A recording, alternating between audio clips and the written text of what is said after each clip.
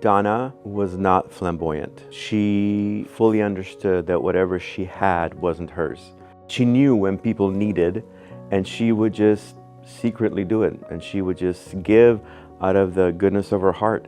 My son was maybe 3 at the time, and he was he has special needs. He's in the autism spectrum. She just kept coming every Sunday, and she would just watch him. She was a constant in my son's life, right? From age 3 to I think 16, almost 13 years.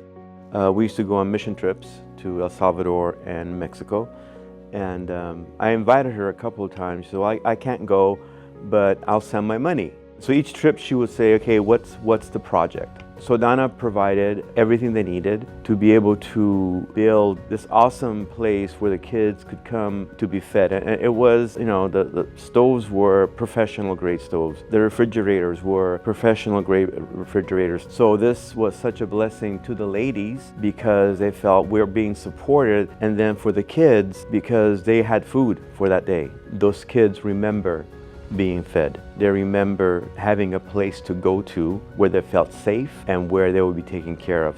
She was getting nothing in return in any of this. I think she was just giving her time and giving that so generously. It wasn't ever publicized. It wasn't ever, she didn't want credit for it. She just take care of the people.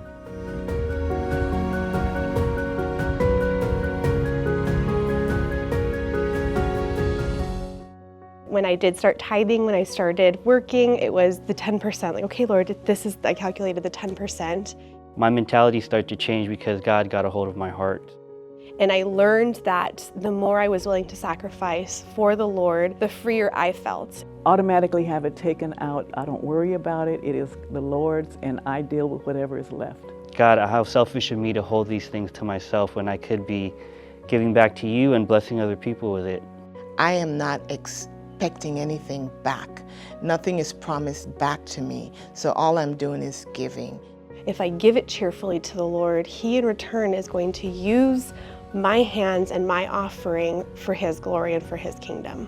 You need to trust Him with everything, including your money, your time, and everything, and He will make it 100-fold. And you will see how the doors open, and you wouldn't even be able to imagine the things that God can do for you. I've seen through the tithes and the offerings in my life, and not just through material things, but the time that you spend with people, blessing others when they need help. God uses finances in a way that doesn't just bless you, but blesses those around you too. Everything I have comes from God, so I'm not tied to the things that I have. I'm thankful for them, but when I have to give things away, I give it away cheerfully. Having a posture of humility in everything that we give, whether it be our time, our talents, or our treasures, is our offering. And it is saying to the Lord, everything that I have, everything that I am is yours. So use it for your purposes and for your will.